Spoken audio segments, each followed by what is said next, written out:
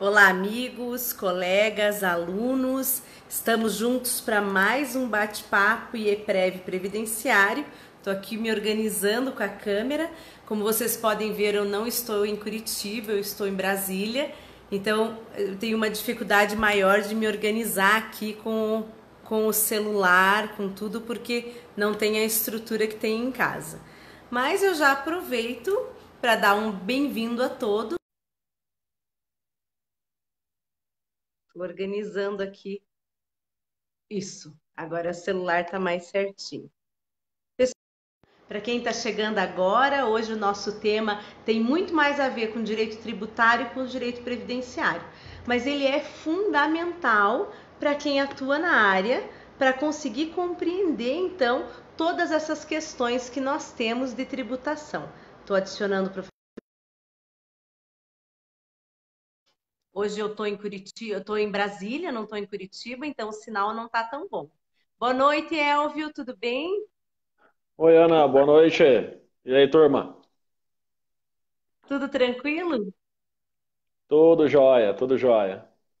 Achei que ia ser difícil te chamar, mas no fim não foi. Deu tudo certo. Eu que estou me Vamos bem. organizando aqui hoje. Estou tentando me organizar porque estou fora de casa. Aí, a imagem não é tão boa como quando eu estou em casa. Mas você está me vendo e me ouvindo bem? Tô sim, Ana, tô te ouvindo bem. Com um pouquinho, às vezes, uma hora ou outra, um corte, mas tá tudo ok, né? A gente vai conseguir fazer a nossa live aí direitinho. Ai, que ótimo. Então, deixa eu aproveitar, Elvio, e começar mandando um abraço Uhum. aqui para o pessoal que já está com a gente. Então, para a Lucimara Carlesse, que eu tive o prazer de ver agora em Gramado esses dias, para o Paulo Mendonça da Silva, Maria Francisca Gomes, mandar um grande abraço para a Nayara, que é nossa aluna do IEPREV, sempre acompanha aqui as nossas lives, a Andréia Fontanari, que já iniciou dizendo boa noite para nós. Mandar um abraço para o professor Alberto, meu querido amigo, Simone Irossi, Lucimara Carlesse, boa noite, querida, Sidney Bortolini, um abraço para o Rodrigo Langoni, professor lá do Rio, para o Roberto de Carvalho Santos, presidente do IEPREV, que está nos acompanhando, para o meu esposo Oxe. Anderson, para Maria Estela Gonçalves, a Sônia Regina, o Marlon Leite, Gabriele Nunes, Maria Aparecida Naime. Então, mandar um abração para todo esse pessoal que já começa aí nos acompanhando. A Karina Santos, que foi minha aluna em Curitiba. E já também para mandar um abraço para minha irmã que está nos acompanhando e que vai colocar para nós os links de todos os temas que nós formos tratando. Bem, Elvio, o tema de hoje é um tema que Hum. requer aí um conhecimento. Eu não diria assim que é um dos temas mais difíceis do direito tributário. Claro que não. A gente vai falar de imposto de renda pessoal. Mas quando a gente faz a relação, orientação de cliente previdenciário, situação societária para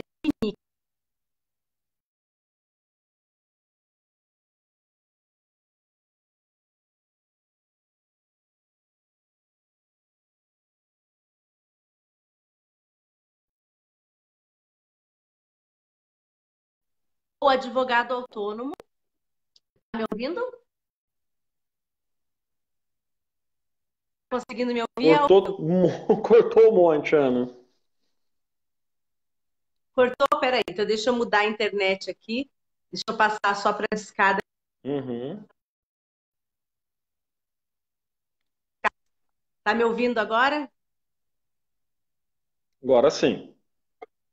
Beleza, vou deixar Melhorou, na, viu? na, na Melhor. operadora, que acho que também não tem Wi-Fi. Ah, Então, eu vou continuar aqui. Então, a gente vai ter que unir uhum. duas situações, né?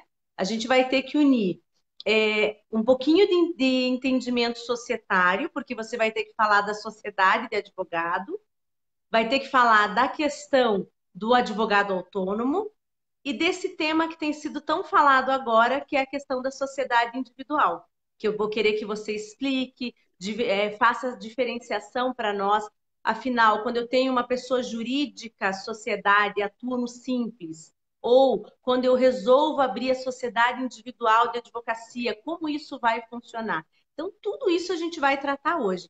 Eu vou aproveitar e Uhum. mandar um abraço especial para três alunas que estão sempre nos acompanhando: a Rose, a Dani e a Andressa. Por quê? Porque as três estiveram comigo no sábado, nós pegamos o avião juntas, no domingo, de Porto Alegre para Curitiba, e elas me falaram o quanto elas estavam interessadas nesse tema que a gente ia tratar.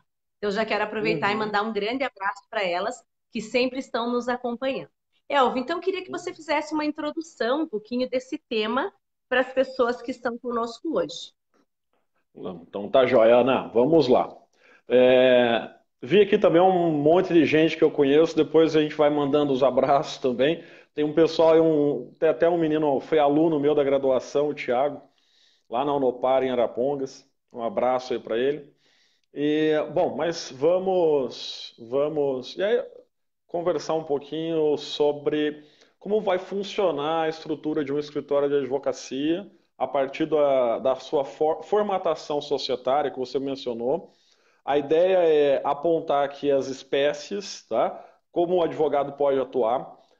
Brasil afora, quando eu trato desse assunto, eu observo que muitos advogados ainda atuam como pessoas físicas e não possuem uma sociedade de advogado devidamente constituída, né? A gente vai entender também, ou tentar entender como funciona aqui nesse jogo, nosso jogo rápido, né? A tributação de cada uma dessas formas de formatação do escritório, como ele, como ele, na condição de advogado pessoa física, deve atuar dentro de seus processos, como vai ser feita a tributação em si, né? E depois também tentar equalizar dois pontos assim bem interessantes, que é a partir da sociedade de advogados, né? É, quais são os regimes tributários que ela pode assumir a partir do momento em que ela passa a ter personalidade jurídica, né? A partir do como você também pode obter essa personalidade jurídica, onde você vai registrar essa sociedade, de que forma você faz esse contrato, né? Quais são as cláusulas que são obrigatórias, o que precisa constar no contrato, a discussão que se tem junto à Receita Federal e que pode chegar aí até o CARF, por exemplo, né? Da obrigatoriedade ou não de prolabore, se necessário, se não como se faz a distribuição de lucros, né, dentro dessa temática. Então, a ideia hoje é tratar de assuntos rápidos sobre esses temas, né? Porque a gente só tem uma hora, né? É pouco tempo. Até tenho lá, para quem é assinante prêmio do IEPREV, tem um curso meu lá sobre esse assunto. São 8 horas e em 8 horas ainda, às vezes, faltam algumas coisas, né? Então, é um tema que chama muita atenção, um tema que nos faz pensar dia a dia no escritório, né? E é um tema que está aí ligado ao nosso dia a dia do advogado previdenciário, porque a todo momento a gente tem que ficar tentando, ao menos, né, explicar para o nosso cliente e tentar também nos convencer de que a gente muitas vezes está realizando o fato gerador tributário e não tem como escapar. O tributo vai ser pago e tem que ser pago, né? Do contrário, a gente pode correr o risco aí de algumas multas bem pesadas no âmbito da Receita Federal, que podem chegar até 225% do valor do tributo omitido, né? Então é importante que a gente tenha uma consciência de que a gente precisa se organizar também. O escritório de advocacia é uma grande empresa, na minha visão, e é preciso que ele esteja bem organizado.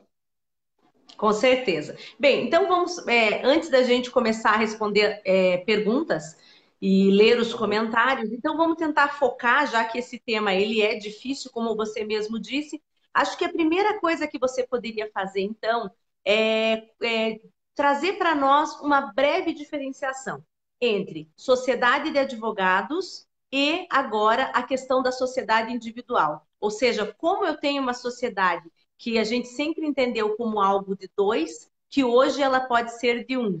Então, se você puder fazer essa Uhum. identificação, e quando falar da PJ, já dizer, Uhum. olha, agora tem a possibilidade, sim, de ser pessoa jurídica no Uhum. Simples, na sociedade de advocacia, Uhum.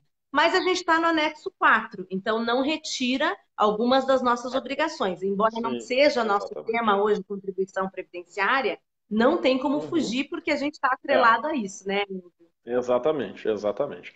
Bom, mas vamos lá. Antes de até falar de como funcionam essas espécies de sociedade, é sempre importante que o advogado entenda, tá, que o serviço de advocacia é um serviço tributado. É um serviço que está contido lá nas normas tributárias como um daqueles que podem ser tributados todas as vezes que o advogado ofere renda. E a gente tem que tomar o devido cuidado também em entender que hoje, nesse mundo globalizado e tecnológico, a fiscalização da receita tributária, a fiscalização tributária, ela tem mecanismos que podem facilmente descobrir se você, advogado, está ou não recebendo ou oferindo renda e, portanto, deixando de pagar os seus tributos. A principal relação que a Receita Federal faz hoje é entre o imposto de renda do advogado e o CNIS, para tentar buscar ali o que ele omitiu em um ou outro tributo, ou na contribuição social ou no imposto de renda. Não há mais aquela hipótese de receitas separadas. E aí, na live anterior que você fez com o Ivan, né? Ele bem explicou como funcionava a Receita Previdenciária, depois passou para a Receita Federal do Brasil, a Super Receita em 2007. E a partir daí, todo esse mecanismo tributário, ele está coligado. E facilmente a Receita Federal pode buscar essas informações e lançar o tributo. Isso já tem acontecido com inúmeros profissionais liberais. E com os advogados não é diferente. Só para um dado aí para o pessoal conhecer, aqui numa cidade próxima, em Maringá, a Receita Federal notificou, através de um ofício, a OAB para que informasse aos advogados para que regularizassem as declarações de imposto de renda, sob pena de sofrer a multa por omissão de receita, que chegaria de 75% a 225%, e ainda pudessem sofrer ali, caso não fizessem, uma ação penal por sonegação. Então, assim, o tema é periclitante e a questão é muito preocupante. Se os advogados não prestarem bem atenção no que fazer e não se organizarem bem, podem ter grandes problemas, não é? Tanto na área penal, quanto na área tributária, quanto na área penal. Olha só Sim, aonde a gente está indo, né? responder Olha para uma onde a gente está indo. representação fiscal para fins penais. Né? Exatamente, Ponto pode sofrer lá final, uma representação. ponto final. Só para fazer um adendo na tua explicação, é a matéria que eu julgo. Hoje mesmo nós passamos o dia inteiro aqui só julgando pessoa física. Então, hoje Aí, ó. nós começamos a nossa reunião de outubro, né? Que nós chamamos de Uhum. reunião, quando nós temos várias sessões durante a semana, e a reunião de outubro, que vai ter 4 sessões, 4 dias de sessões, distribuídas em 16 encontros, que nós temos manhã, tarde, só para explicar quem não conhece. Nós Uhum. começamos hoje só com pessoa física, imposto de renda pessoa física. Meu Deus, olha só, olha para onde a gente está indo com essa live, hein? Bom, e aí, antes até de chegar para preparar todo mundo, né, para antes de escolher qual vai ser a forma em que ele vai advogar, a gente tem que lembrar também que desde dezembro de 2015 a Receita Federal tem um mecanismo, né, que chama é, que é a e-financeira, tá? É uma obrigação acessória das instituições financeiras que informam à Receita Federal toda a movimentação que cada pessoa física no Brasil e cada pessoa jurídica do Brasil faz. E essa movimentação financeira para as pessoas físicas é de R$ 2.000. Vejam só, R$ 2.000, você movimentando R$ 2.000 na sua conta bancária por mês, o banco está obrigado a informar para a Receita Federal que você ultrapassou os limites, por exemplo, da isenção do imposto de renda. E aí você teria que informar, caso solicitado, de onde vem e para onde foi esse dinheiro. E eu até brinco, né, que essa e-financeira, na verdade, é um grande Big Brother. Só que é um Big Brother em que as pessoas não querem participar, né? Elas não se inscrevem para participar. Elas obrigatoriamente participam, não tem como fugir disso, né? Então a gente tem que tomar cuidado com relação a isso, porque para a pessoa física os valores são muito pequenos. R$ 2.000 por mês de movimentação financeira significa que você depositou R$ 1.000 em uma conta e retirou R$ 2.000 de outra conta, dessa mesma conta. Então é um salário mínimo, um pouco mais. E para a pessoa jurídica, R$ 6.000, que também é pouco, né? Bom, mas falando aí das formas de sociedade ou formas de atuar como advogado, né? Esse advogado, hoje o advogado, ele vai então atuar como pessoa física ou como uma pessoa jurídica. Na pessoa física não tem grandes dificuldades, né? Sou eu, aqui sozinho no meu escritório, né? Advogado. Mas na condição de pessoa jurídica ou na condição de sociedade de advogado, a gente pode escolher duas formas, né? Que é a advocacia em uma sociedade plurima, onde você tem mais de um advogado como sócio, e esses sócios podem ser sócios de capital ou sócios de serviço, com ao menos um sócio de capital, né? E depois você pode ter quantos sócios de serviço você queira. A diferença entre esses sócios é que o sócio de capital, ele no início da sociedade, ele aporta dinheiro para que ela se constitua. Os sócios de serviço, não. Eles entram na sociedade com o próprio trabalho. Essa é a grande diferença de uma sociedade comercial e a sociedade simples, né? E a sociedade de advogados é uma sociedade simples, tá? Na sociedade individual, né, o que nós temos aqui? Nós temos uma sociedade de uma pessoa só, né? Até me lembro, tem uma música, agora não me recordo quem, mas falava não sei o quê, de um homem só, né? Mais ou menos assim, nunca me recordo bem como funciona. Mas assim, somos um exército de um homem só, lembrei. Aí, ó. Então, a sociedade de advogado a individual é um exército de um homem só, né? Um só vai aportar recursos para constituir aquele escritório de advocacia, né?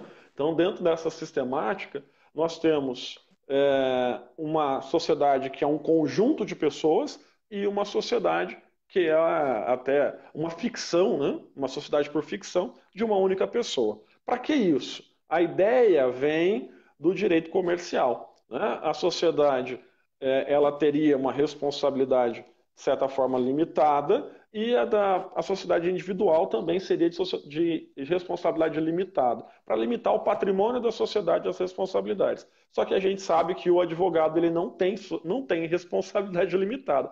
A responsabilidade do advogado é sempre ilimitada, né? Então, a ideia aqui da constituição da sociedade é justamente para poder se aproveitar das benesses tributárias que cada uma pode trazer, né? Mesmo a hipótese do advogado trabalhando como pessoa física, às vezes também pode ser mais vantajoso. Por quê?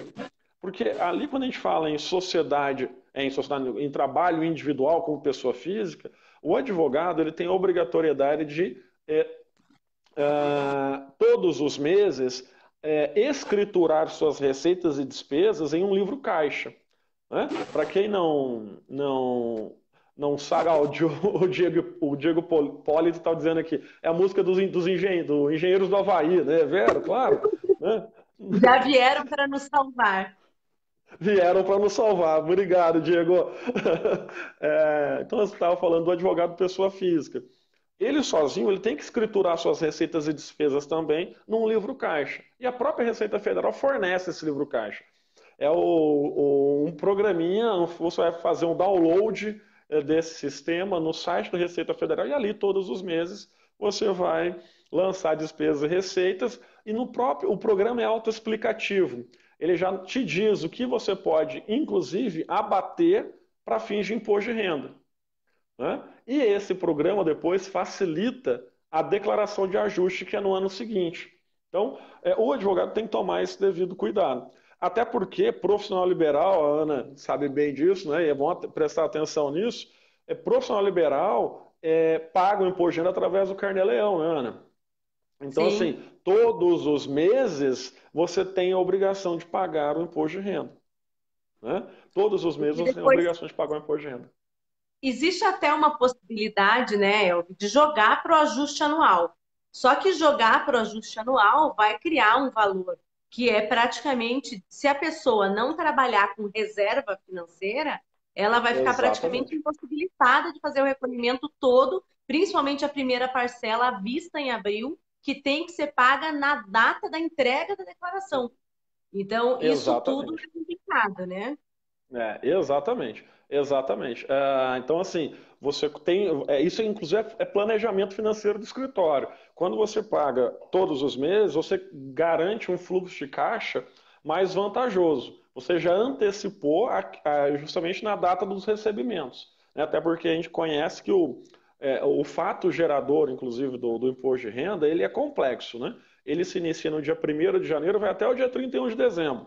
Então, ali dentro dessa sistemática, a gente tem que também adequar não só o pagamento de tributos, mas também adequar a gestão financeira do escritório com o fluxo de caixa. Então, o pagamento através do Carnê-Leão facilita, né? Realmente facilita bastante. Tá? Bom, e na questão das pessoas jurídicas, né? Então, você vai criar ou uma sociedade plurima ou uma sociedade individual. Dentro dessas possibilidades, cada uma tem ainda a hipótese, né, de tributar a sua receita ou, aqui a gente chama pelo lucro presumido, pelo lucro real ou pelo simples. Vejam, abrem-se três hipóteses para a pessoa, para o advogado, escolher. Né? Escolher para, dentro dos seus limites ou dentro da sua receita, saber qual é a melhor opção. Né? Porque eu posso já antecipar, né? Muitas vezes, ou em algumas vezes, nem sempre o simples que nos parece ser mais vantajoso, ele será.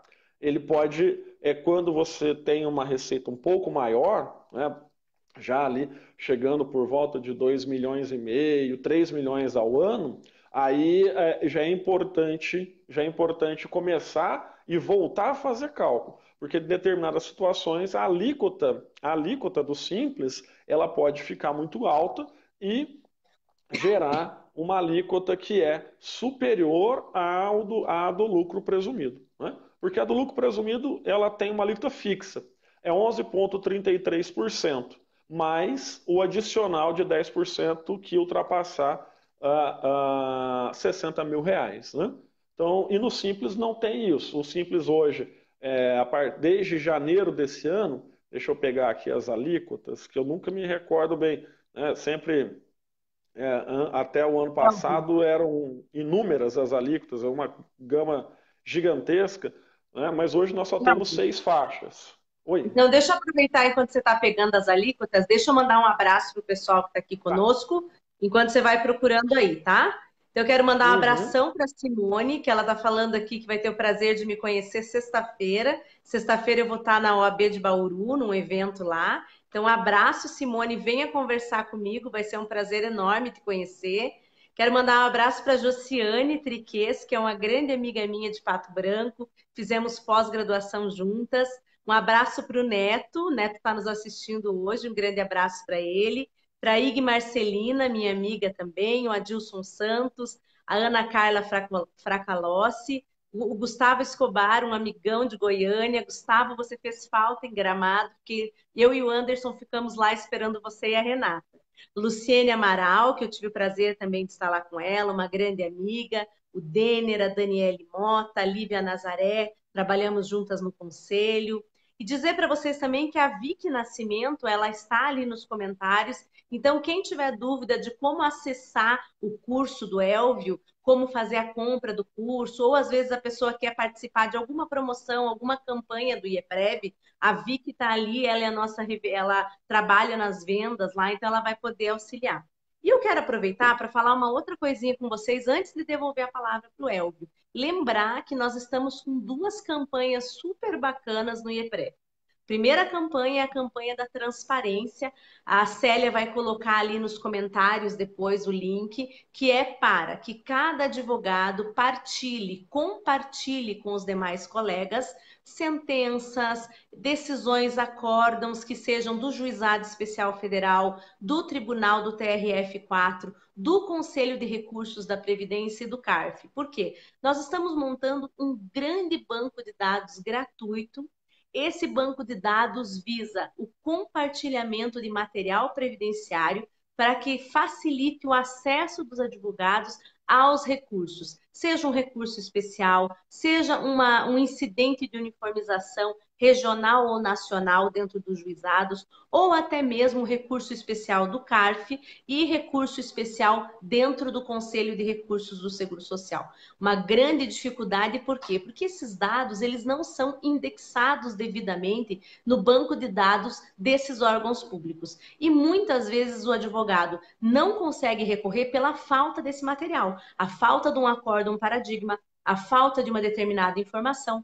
Do mesmo modo, nós estamos conclamando, convidando todos os advogados que atuam nessa área para que façam também, transmitam lá no nosso banco de dados, também memorandos internos, consultas técnicas, para quê? Para que a gente possa juntar o maior número de informações. Esse banco de dados ele é completamente gratuito. Então, é uma forma de auxiliar o quê? O crescimento da área previdenciária, da advocacia previdenciária. Essa é uma ideia do Dr. Roberto Carvalho Santos, então ele idealizou esse projeto, ele é o presidente do IEPREV, e eu convido vocês a participar. Elvio, passada essa parte, agora eu vou deixar você continuar. É que eu tinha que falar, porque essa campanha é super importante, então nós precisamos que o pessoal venha aderir a ela, porque a gente vai fazer aí um grande movimento para que o acesso à justiça ele não seja só formal, ele seja um acesso à justiça material. Não, isso é importantíssimo, tá, Ana? A gente tem, nossos escritórios, meu escritório, por exemplo, trabalha bastante com o direito previdenciário também, tem muita dificuldade de acessar justamente e saber como, por exemplo, o CRSS julga. Né? E isso é importante para a gente, deveria ser importante para os advogados, para tentar, uma das hipóteses recursais do CRSS, né? E a gente não Sim. conhece a jurisprudência. Como que a gente vai conhecer, vai pedir para unificar uma jurisprudência se a gente não a conhece? Então, isso é um trabalho importante do IEPREV e dou todo apoio. E toda vez que tiver uma decisão no processo administrativo, a gente vai mandar lá para vocês. Bom, mas Elvio, vamos lá, então deixa eu voltar às vamos alíquotas. agora.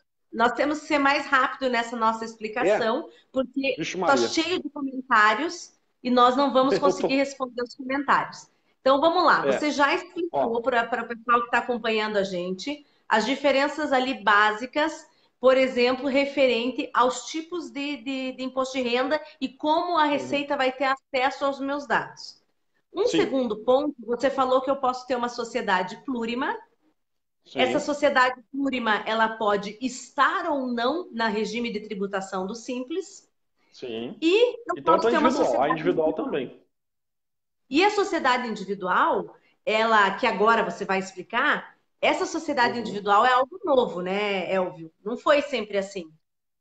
Não, não. A sociedade individual ela surge no ano de 2015, né? Inclusive, teve vários aí, problemas com a Receita Federal, porque ela entendia que a sociedade individual ela não poderia estar incluída, não poderia ter opção do Simples Nacional.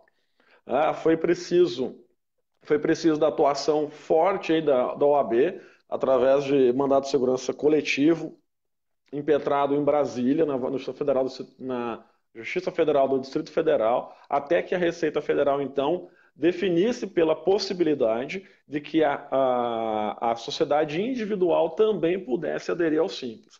Mas a sociedade, Ana, a sociedade individual, ela não se difere em quase nada da sociedade plurima. A diferença básica é que a sociedade individual é a sociedade de uma pessoa só. Tá? Eu, Elvio Flávio de Freitas Leonardo, constituo uma sociedade individual de advocacia.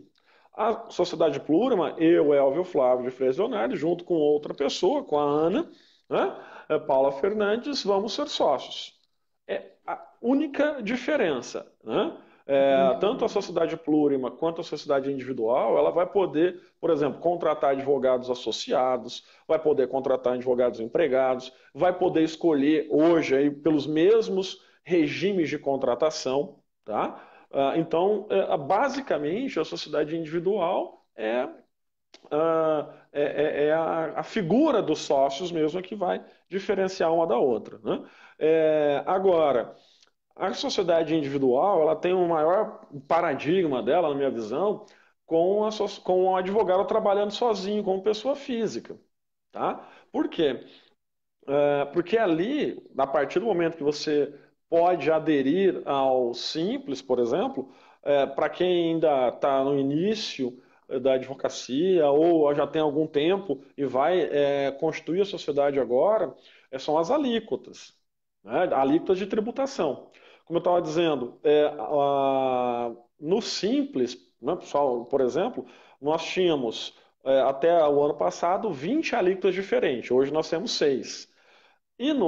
E fazendo um comparativo bem simples, tá? Entre uma renda obtida na pessoa física e na pessoa jurídica, né? Vamos imaginar R$ 180 mil, que é o primeiro limite de tributação do Simples. Hoje, esse limite gera a obrigação de se pagar 4,5% de tributo. Isso vai gerar um valor, tá? Um valor de R$ 8.100. Sim. Tá? De R$ 8.100. Agora, se ele estivesse como pessoa física, tá? A alíquota, a gente sabe bem, a alíquota do imposto de renda, ela tem uma alíquota que é nominal e uma efetiva, por causa das possibilidades de abatimento. Mas se você, por exemplo, tiver lá esses mesmos R$ 180 mil, a alíquota efetiva vai girar em torno de 22%. Olha só, de 4,5 para 22. É um valor considerável. Eu até brinco nas Sim. minhas aulas sobre esse assunto, que é a viagem para Miami, a viagem para Orlando do ano, né? É aquela viagem Verdade. internacional. Você dividir essa conta aí por mês ou por ano são as férias, né? São as férias. Você imaginar que você vai poder pagar quase R$ 30 mil e deveria pagar 8.100. Daí do R$ 22 mil, R$ 20 mil de diferença. Tá? Sim. Então, mesmo com Entendi. todos os custos Então, adicionais, com isso que você está comentando, a gente pode fugir de uma ideia absoluta de que sempre vai valer a pena eu ter uma sociedade? sim, eu estou dizendo, não é sempre que valerá a pena. Porque se você tiver uma advocacia menor, vamos imaginar assim, aquele advogado está em início de carreira, começando ali, que tem um custo muito alto, tá? Para cuidar do escritório, com receita ainda baixa, pode ser que valha a pena ele continuar tributando na pessoa física, mas desde que, isso é importante, desde que ele tenha o livro caixa para poder fazer os abatimentos corretos e ele siga as regras da instrução normativa respectiva que trata do livro caixa. Né? Para poder colocar ali, descontar o aluguel do imóvel onde ele tem o escritório, descontar os custos com a secretária, né, o pagamento de salário, o pagamento das contribuições sociais, descontar telefone, descontar internet. Tá? Então, dentro dessa sistemática, às vezes, se ele tem uma receita pequena ainda, é importante que ele faça essa avaliação. Nem sempre, às vezes, ter a pessoa jurídica pode ser o melhor, mas na grande maioria das vezes é melhor, tá? Nem Entendi. sempre é, mas a grande maioria. Então, assim, eu sempre indico para as pessoas que vão querer criar a pessoa jurídica que peguem o seu imposto de renda do ano anterior e refaçam o imposto de renda levando isso em consideração. O que ele deveria realmente ter pago de imposto de renda a partir da reestruturação do livro caixa, tá? E façam a avaliação olhando para o quanto ele deveria pagar se fosse uma pessoa jurídica, por exemplo, no simples e no lucro presumido.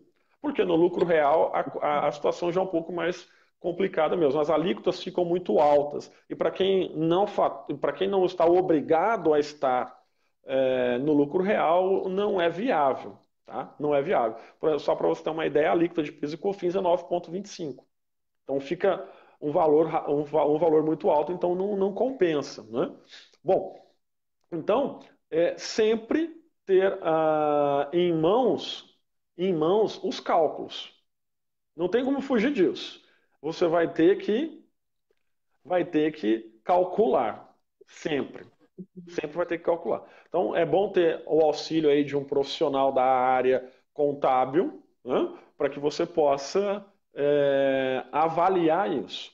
Mas quem já está há bastante tempo, igual eu estou vendo aí bastante gente, né, vários conhecidos aqui nos assistindo, né? A Lucimara, como você já disse, Carlesse, tá o André Siqueira aqui também de Londrina, tem é, o Diego que está ali, né?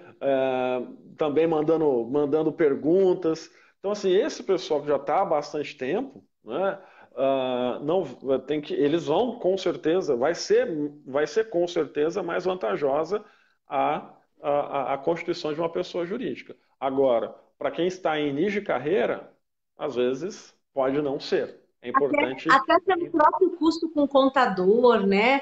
Esse custo Isso, também é alto, porque depende do escritório que você vai contratar, tem um custo agregado aí bem grande. É claro que é um sim, excelente investimento, né? A nossa sim, empresa de contabilidade do escritório hoje é o auxílio que eu e a Gisele temos aí para todas as nossas dúvidas. Não estou de forma alguma uhum, dizendo que não vale a pena. Mas para quem está isso. começando, muitas vezes é um custo que não tem como pagar, né? Ele acaba entrando mais É, como um prejuízo do que como investimento. é porque assim, quando você vai fazer essa análise do que é melhor, você tem que incorporar em todos os custos, não só o tributário. Porque além do tributário, você vai ter custos administrativos maiores quando for pessoa jurídica. Tá? Então tem que tem que prestar atenção nisso. Né? Não é só olhar tributariamente falando. Você vai ter lá R$ 500 às vezes com o contador, dependendo do lugar, 200, 300, R$ 1.000. Vai depender de qual contador você vai contratar também e de como você vai negociar com esse contador. Tá? Então você tem que colocar Outra coisa, isso. isso que é a maior das dúvidas, desculpa que eu vou te cortando, mas é porque eu já Não, não estou tem problema. resumindo algumas perguntas que eu estou encontrando. Assim, acho que o que mais pesa para quem está nos assistindo é o seguinte: é a questão do imposto de renda. Por quê? Porque a pessoa já pensa assim: olha, eu tenho contribuição previdenciária para recolher, é uma preocupação. Mas eu Uhum, tenho os 27,5%, a partir do momento exato. que eu passo ali dos R$ 6.000, eu vou começar a cair na alíquota dos 27. Se eu tiver no Uhum. simples, essa alíquota vai ser consideravelmente 4,5. reduzida. Se eu tiver numa plurima, eu vou pagar um pouco mais. Então, assim, Uhum. é muito importante para quem está nos assistindo e quem está gostando, eu vou pedir para compartilhar, para auxiliar, para que outros advogados também, outras pessoas, inclusive outros profissionais liberais, possam aproveitar um pouquinho desses ensinamentos que o Elvio está trazendo para a gente. Mas então, para ficar bem claro para quem está nos assistindo, é o seguinte: a gente tem exações, ó, já estou falando o palavrório do julgamento, não tem jeito, né? A gente tem aí exações tributárias diferentes. Então, eu tenho contribuição previdenciária, eu tenho imposto de renda pessoa física ou imposto de renda pessoa jurídica. Eu posso trazer do pessoa jurídica, jogar no meu pessoa física como distribuição de lucros. Mas uma pergunta que não quer calar e que eu quero que você responda já para a gente é o seguinte: nós temos pelo menos 8 vezes essa pergunta repetida aqui nas pessoas que estão nos acompanhando. É a questão do Prolabore. Quem assistiu a minha live com o Ivan viu que eu e o Ivan pensamos diferente, né? Nós temos Eu aí uma acho que eu também discussão. penso. Eu até entendo, né? Mas não é o que a Receita faz e eles têm que estar preparados para isso. Por isso que eu É, sempre faço aquele cuidado em uma empresa que não existe um administrador e ninguém tem prolabore, a empresa anda sozinha. Porque aí, Elvio, o que é o meu pensamento? Já vou adiantar para que você possa fazer as suas considerações. Eu defendo que sim, é obrigatoriedade de haver um prolabore, porque a gente tem como fato gerador da contribuição previdenciária o trabalho que ofere renda. E se eu tenho um escritório que tem lucro, eu parto do pressuposto que alguém trabalha. A menos que eu tenho um administrador de escritório, uma secretária, alguém. O que é estranho para mim, na minha leitura da legislação, é que eu tenho uma sociedade sem nenhum funcionário e que não produz nenhuma contribuição previdenciária, como se aquilo não fosse trabalho que ofere renda. Mas eu já conheço as críticas do meu pensamento, né? O Ivan já fala sempre, e a gente teve a possibilidade de debater num evento em Campos do Jordão, da Adriana Oliveira e da Tatiane Fiore, que eu fui representando o IEPREV, e eu e o Ivan já tivemos esse debate acalorado lá, repetimos na live e eu te dou a possibilidade de novo de trocar de assunto. 8 pessoas Ai, perguntaram sobre isso e uhum. elas querem saber sobre o Prolabore no Simples, na sociedade unipessoal e na sociedade plurima. Então, te devolvo a palavra. Tá. Olha só, vamos lá. Antes, só vou responder uma coisinha aqui. A Rosilene falou e o Cassiano, que está nos assistindo, também perguntou aqui. Se advogado pode ser MEI. Não pode, tá? Há uma proibição. Não, a profissão liberal do advogado não está incluído, então ele não pode ser MEI. Ou ele vai Viu? ter que ser ou pessoa. Oi? O Humberto Tomasi falou assim, ó, que o imposto de renda ele é um tema espinhoso porque ele mexe no órgão mais sensível do O, advogado, que é o bol- o bolso. bolso. Ai, ai. Bom, vamos lá, vamos lá. Então, Ana, nessa questão do Prolabore, eu tenho uma posição firmada que é contrária à sua também, tá? Primeiro, tá? Primeiro, por quê? Porque na Constituição da sociedade, a cláusula de Prolabore, ela não é obrigatória. Ou seja, então não há, como é uma sociedade simples, as regras da sociedade de advogado, tanto plurima como individual, elas tomam base nas regras da sociedade simples, e a sociedade simples é feita de pessoas. Né? O artigo, deixa eu pegar aqui o artigo 99, salvo engano, 996, 997 do Código Civil, ao definir quais são as cláusulas obrigatórias, ele não aponta o prolabore, tá? Ele só diz lá como vai ser a participação de cada sócio nos lucros e nas perdas, mas não obriga a ter a cláusula de prolabore. E aí eu vou dizer do meu escritório. No meu escritório, a primeira sociedade que a gente constituiu foi uma plurima em 2005. E desde lá, nós temos cláusula expressa no contrato social de que os sócios administradores não serão remunerados pela mera administração do escritório, mas serão remunerados apenas pelo capital investido. Tá? Bom, e levando-se em consideração essa cláusula contratual, até porque as partes podem, então, definir o que colocar no seu contrato social, a Receita Federal ela emitiu uma solução de consulta, tá, a 196, que leva por base o artigo 201 do Decreto 3.048 e leva por base o artigo 57, parágrafo 6º da Instrução Normativa 971 de 2009. Tá? É, ao não apontar uma cláusula de obrigatoriedade pro labore, os escritórios ele vai poder então levantar balanços e balancetes em qualquer período, e esse período deve estar contido no contrato social, e essa cláusula é obrigatória, né, da possibilidade de levantar balanços intermediários, tá? Para que possa, então, o advogado receber o dinheiro a título de distribuição de lucros.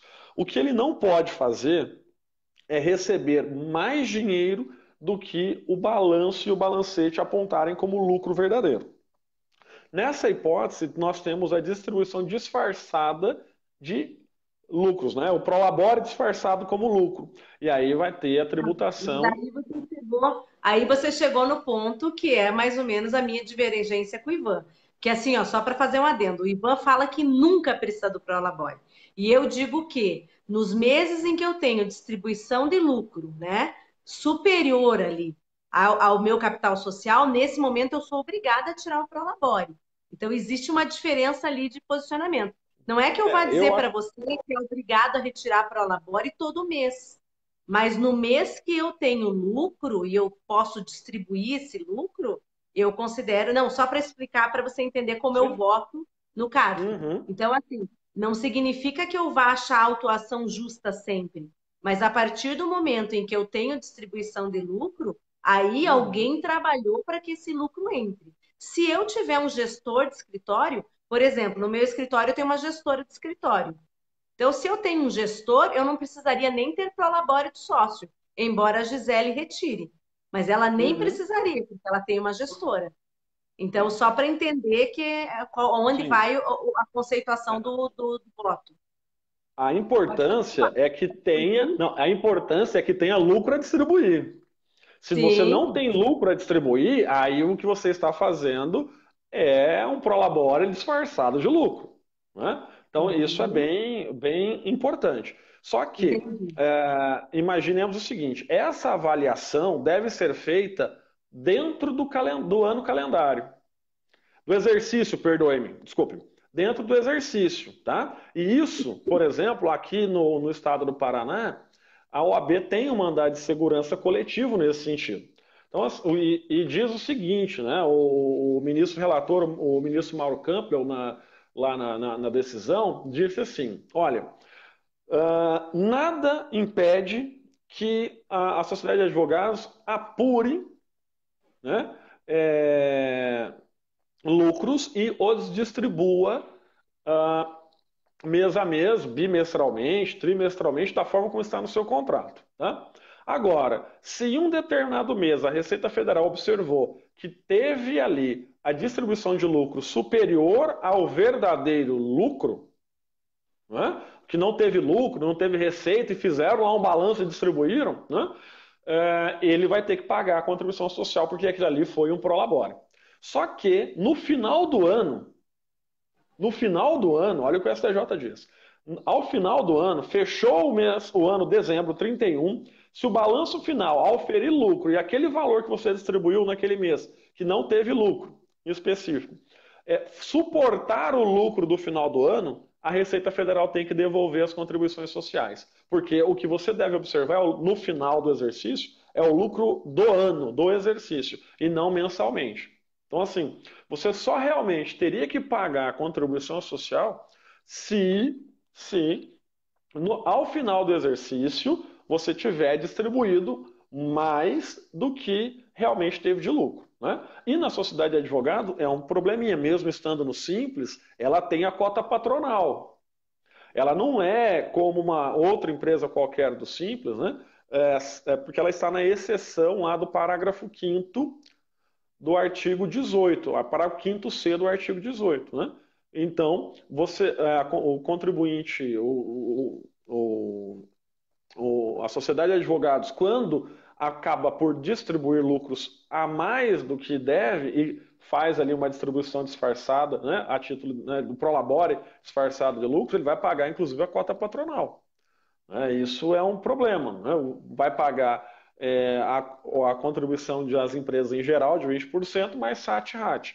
Né? As empresas do Simples não pagam as contribuições de terceiros, né? Mas vão pagar ali o percentual de 20% mais o SAT-RAT. Né? E vão ter que reter os 11% da contribuição da parte empregado, entre aspas, né? Do contribuinte Sim. individual. Tá? Então, assim, eu defendo particularmente que não precisa de prolabore. Inclusive, aqueles advogados aos quais eu oriento, eu coloco lá, digo para eles, olha, insira no seu contrato que o sócio administrador não receberá remuneração pelo exercício da administração. Ou, ao menos, que você coloque que a fixação de prolabore ou não será feita pelos sócios em reunião específica convocada para tanto. E aí vocês decidem, para não ter que ficar alterando toda vez o contrato, né? Faz uma reunião de sócios e aí os sócios decidem quando, que ano que vai ter prolabore, que ano que não vai ter, qual é o valor do prolabore, esse tipo de coisa, tá? Então, dentro dessa temática, a gente tem trabalhado e orientado nesse sentido. Mas que, na minha visão, não há obrigatoriedade, não há.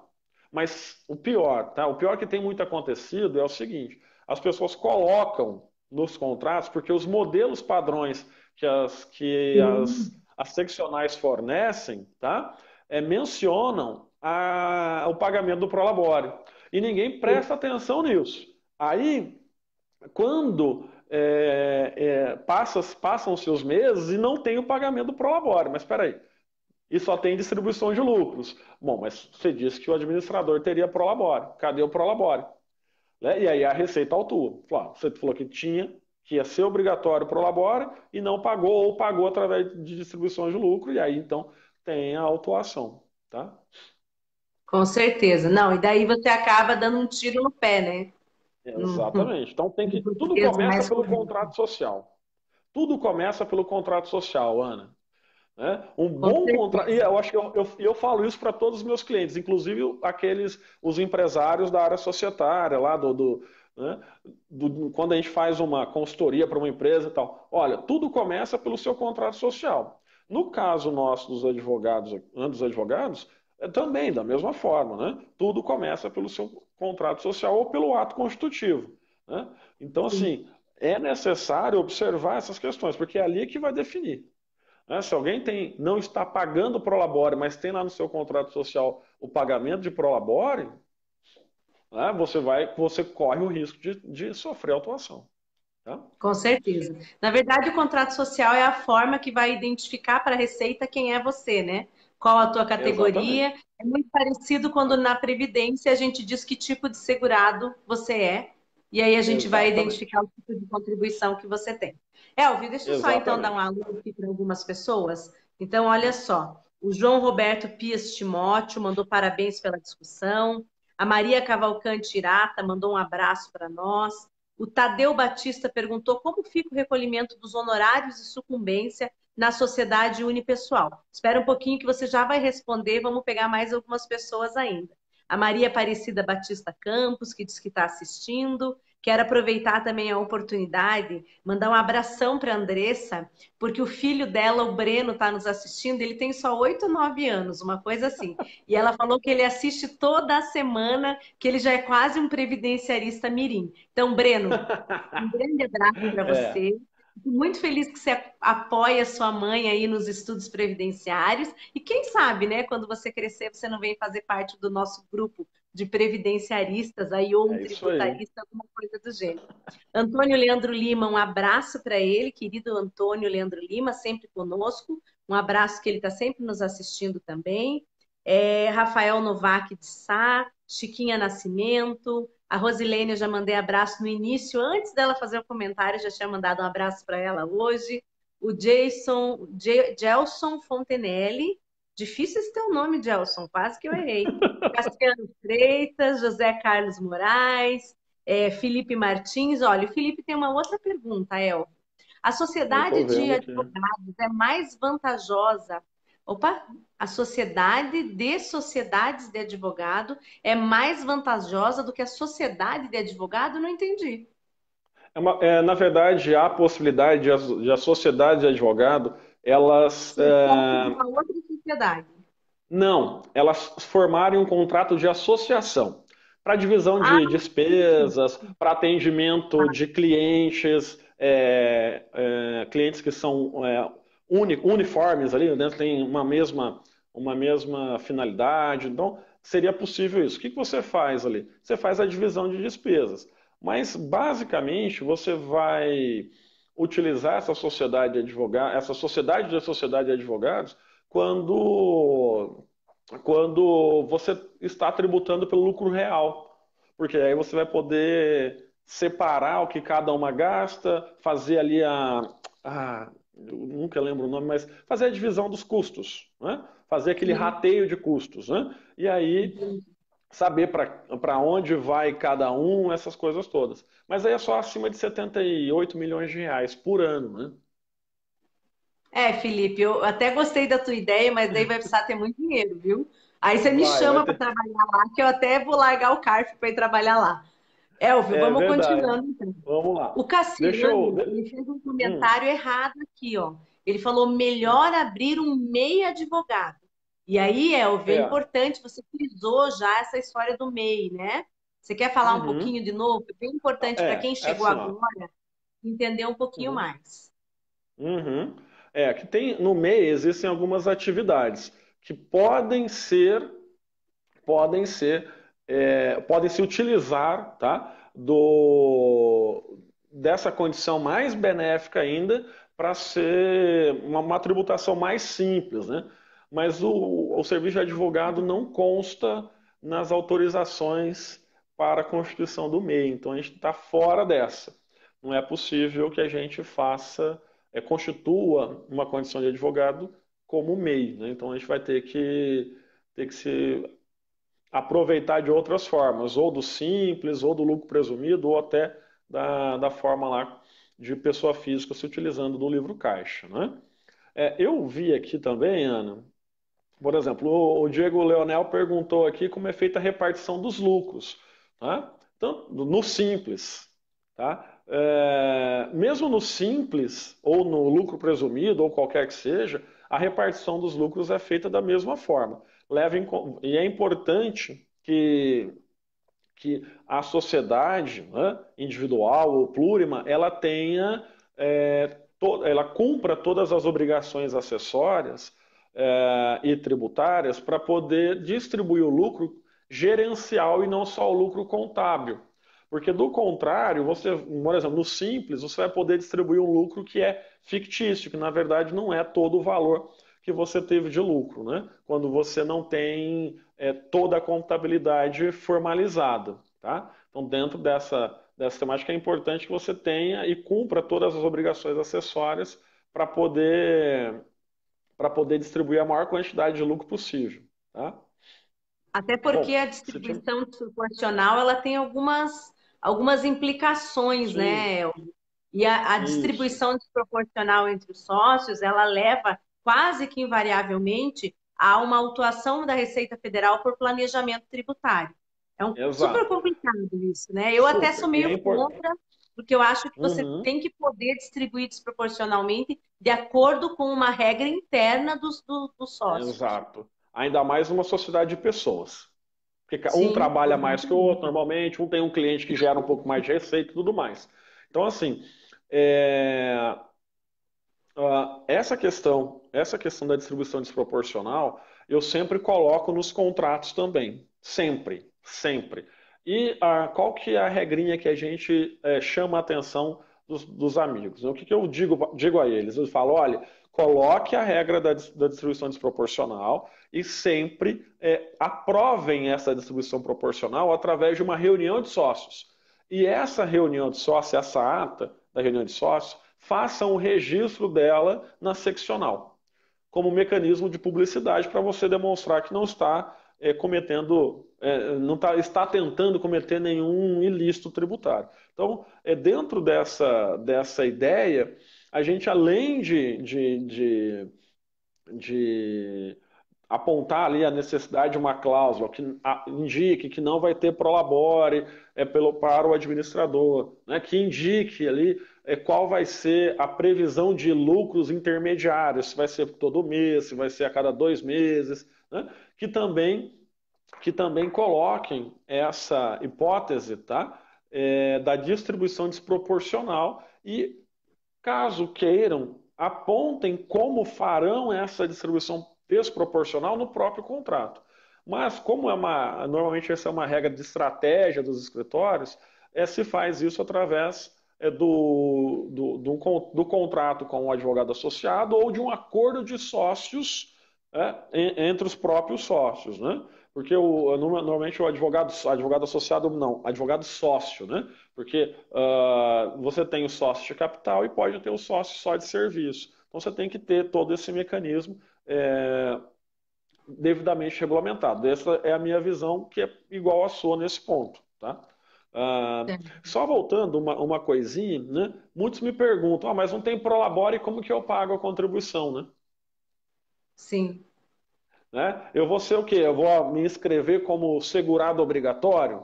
Não. Isso está bem claro, inclusive nessa solução de consulta que eu mencionei a você.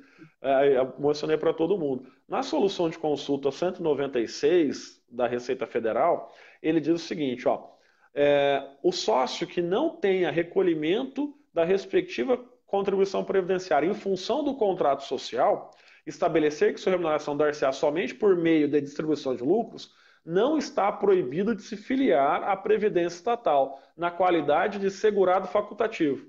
Ou seja, pode, se quiser, recolher facultativamente. Né? Qual que é a diferença aqui? Pode É e uma questão deve, de... né? E Aí deve, né? vem a nossa dica para o pessoal, não É, vai deixar de ficar contribuir, sem. faz o Mas facultativo. qual que é a vantagem disso? É planejamento tributário. Quando você é Sim, sócio administrador, o valor que você, o percentual que você paga é de 31%, levando-se em consideração a contribuição da pessoa jurídica e a retenção da pessoa física. Aqui, sim. nessa hipótese, colocando lá no contrato social que não vai ter remuneração, né, do Prolabore, e você vai acabar se filiando como segurado facultativo, você vai pagar só 20%. Você economiza 11%. Ou ainda, nessa 11%. hipótese, né, você pode escolher o plano simplificado previdenciário e pagar só 11% e economizar muito mais que 20%, porque o Prolabore você vai colocar 2, 3, 4, 5 mil reais, né, e daí no plano simplificado é sempre sobre o salário mínimo, e é 11%. Então, você pode ter um planejamento previdenciário e um planejamento tributário. Sim. Tá? Nesse sentido, a Janise Drescher, que sempre nos acompanha aqui, ela fez até uma ressalva. Ela, bem no começo, só que eu estou atrasada aqui nos comentários, mas ela falou: olha, é bom lembrar que quem está no Simples tem contribuição patronal. Porque eu já vi Exatamente. muitas vezes as pessoas repetindo isso, porque eu estou no Simples. Nós ficamos no anexo 4, Quatro. infelizmente, né? Não era a E nossa aí, ó, intenção quando houve aquela discussão toda da OAB, mas ficamos. E temos que pagar a é, cota patronal. nessa época, teve até uma problemática muito grande, porque a OAB, e aí eu vou fazer uma crítica, ela fez defesa para que a gente ficasse no anexo 4 Eu nunca vou por um entender isso. erro. Nem É. eu. Alguém esqueceu de fazer uma planilhazinha de Excel mais simples do mundo, né? Porque na redação originária do projeto de lei, era para a sociedade de advogados ficar no anexo 3 com alíquota inicial de 6%, mas sem alíquota de 20% patronal. E eles quiseram brigar Né? pela de 4, né? Eles brigaram, E não, eles exigiram que a gente ficasse no 4,5, no anexo 4, mas esqueceram da cota patronal da contribuição social, incidente sobre a folha de salários e a remuneração. Né?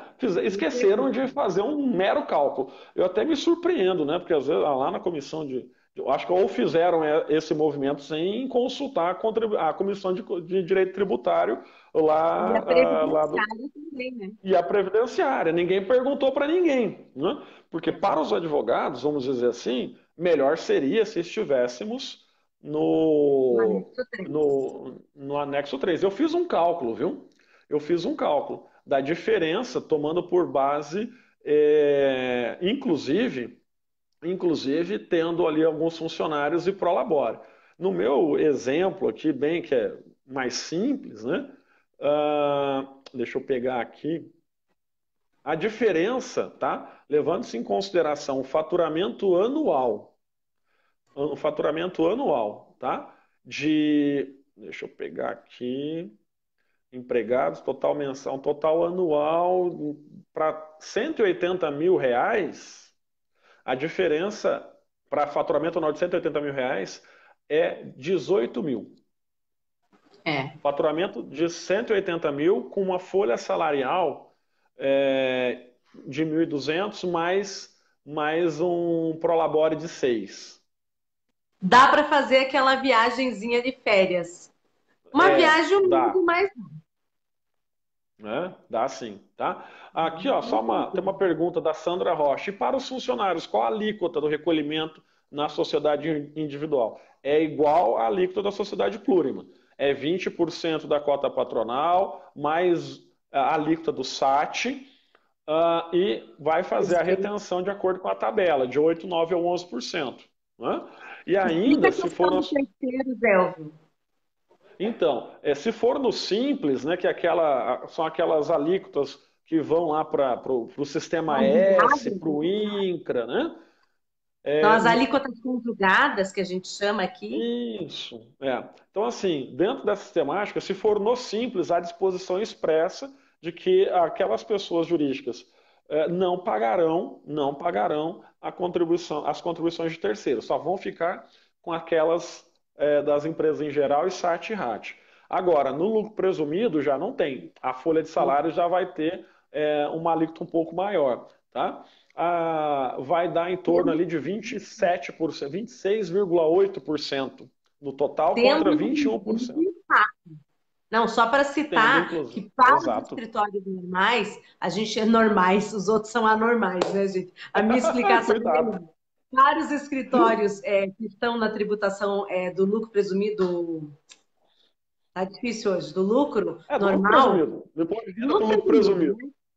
Para essas, elas vão inclusive pagar FAP. Eu esses tempos estava julgando um processo, estava discutindo enquadramento de SAT, RAT e FAP. FAP não corre Uhum, conosco no CARF. Mas como uhum. dentro do conjunto do auto de infração citou o FAP, a gente julgou essa questão também.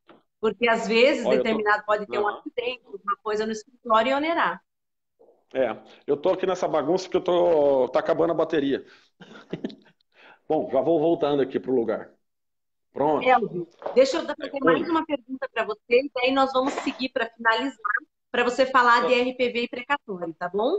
Ah, tá. Então, Não, olha mas só, eu esqueci de uma Rosilene. coisinha. Peraí. Ah, desculpa, Você pode fez a falar. pergunta e eu não respondi direito. Tem uma coisa. A gente já passou um pouquinho do tempo, mas não tem problema. O pessoal tá ali, ó, firme e forte. Ah, sobre se eu posso trazer a tributação da pessoa física para a pessoa jurídica, não é? Hoje a gente tem algumas regras para fazer isso, não é? Quando eu contrato com o cliente, a procuração tem que mencionar a sociedade de advogados, o contrato tem que estar com a sociedade de advogados e o advogado, antes de fazer a emissão ou pedir a expedição de um alvará, qualquer que seja, tem que requerer ao juízo para que os alvarás estejam em nome da sociedade de advogados. Você não vai poder, por exemplo, se o alvará sair em nome do advogado pessoa física, tributar na pessoa jurídica. Então tem que tomar esse cuidado também. E aí lá no escritório, no meu escritório, por exemplo, todas as iniciais já vão com a procuração indicando a sociedade de advogados, com o contrato de honorários em nome do escritório e eu já criei um requerimento padrão para todas as petições iniciais, previdenciárias, tributárias, né, que os honorários sejam destacados ou reservados em nome da sociedade de advogado. Então é importante respeitar essas questões. Tá? Excelente, Vamos lá. muito boa essa consideração. Rosilene, o Elvio já respondeu sobre a questão do MEI. O Cassiano Freitas perguntou por que não, ele já acabou respondendo. Eu estou um pouco atrasada aqui nos comentários, né? Aí o Diego Leonel falou que, tirando o fato do Elvio torcer para Londrina, ele é sempre nota 10. É que o Londrina Aí ganhou do eu acho que Atlético Mineiro. seria nota 1000 se fizesse parte da minha equipe que anda de Kombi para torcer pelo Paraná, tá? Não, mas aqui, ó, ô, Ana, isso aí do Diego é o seguinte, cara. O ano passado teve a final de um campeonato aí chamado Primeira Liga, que era um campeonato nacional, uma tentativa aí de afastar a CBF da organização dos campeonatos brasileiros, né? E o Londrina, a final foi Londrina e Atlético Mineiro.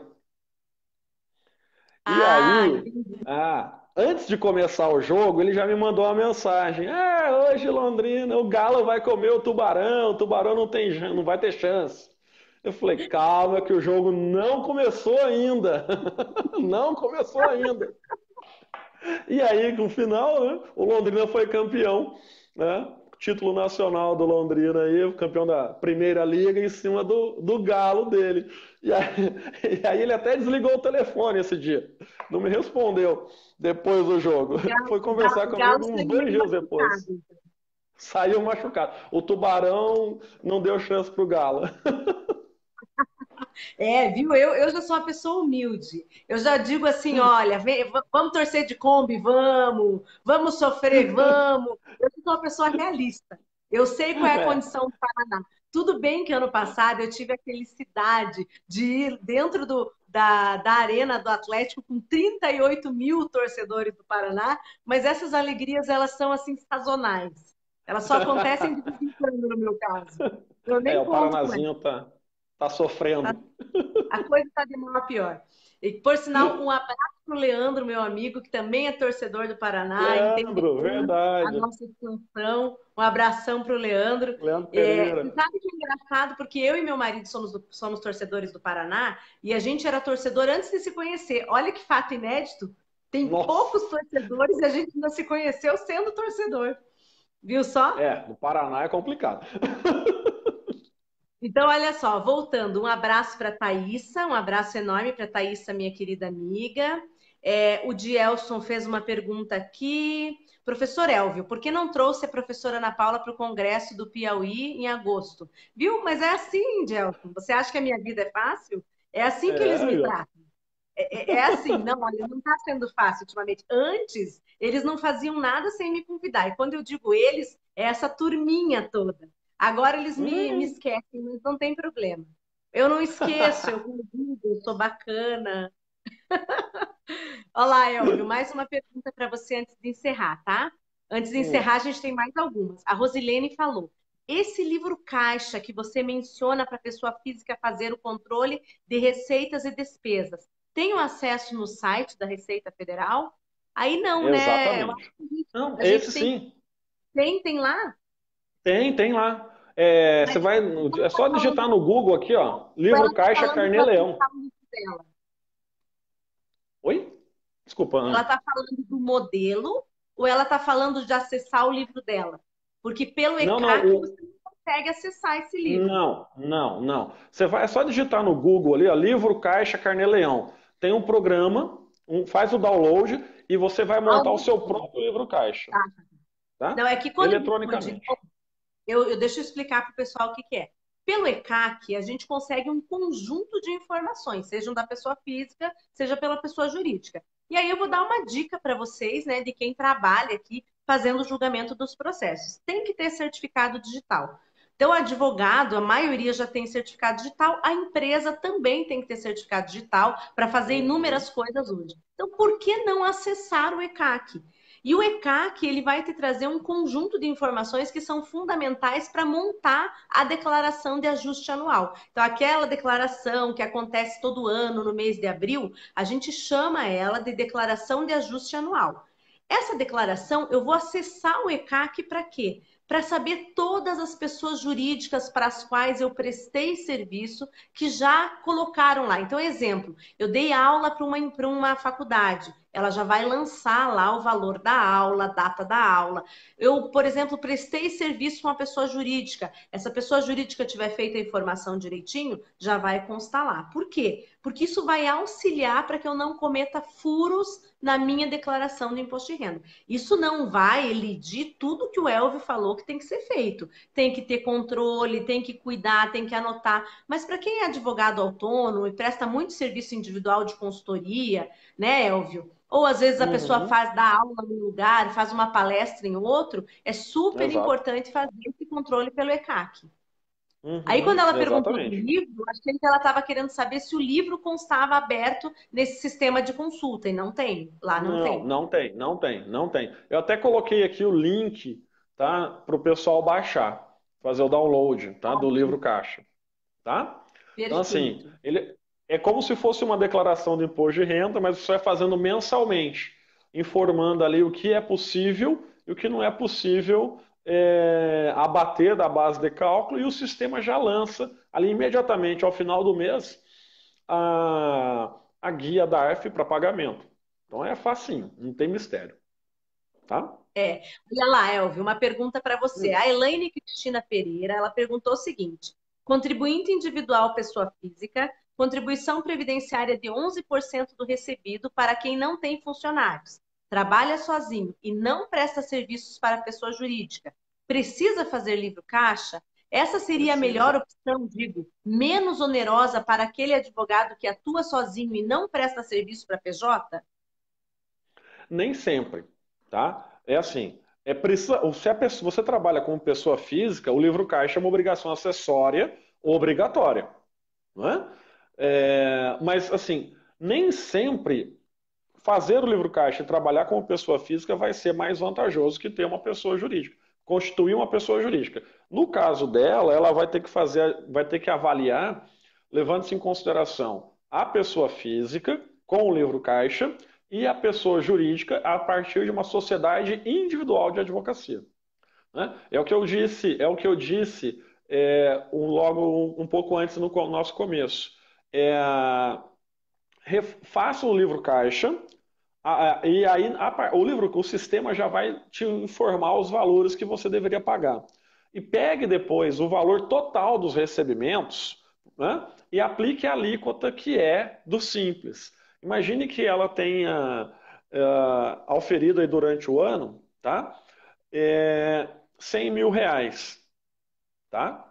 100 mil reais ela vai ter uma alíquota efetiva, não nominal. Nominal é 27,5. Então ela teria que pagar 27.500 reais. Mas como tem alguns abatimentos, ela vai ter ali uma alíquota efetiva girando em torno de 20%. Essa é a média. Então ela vai pagar 20 mil reais de imposto de renda.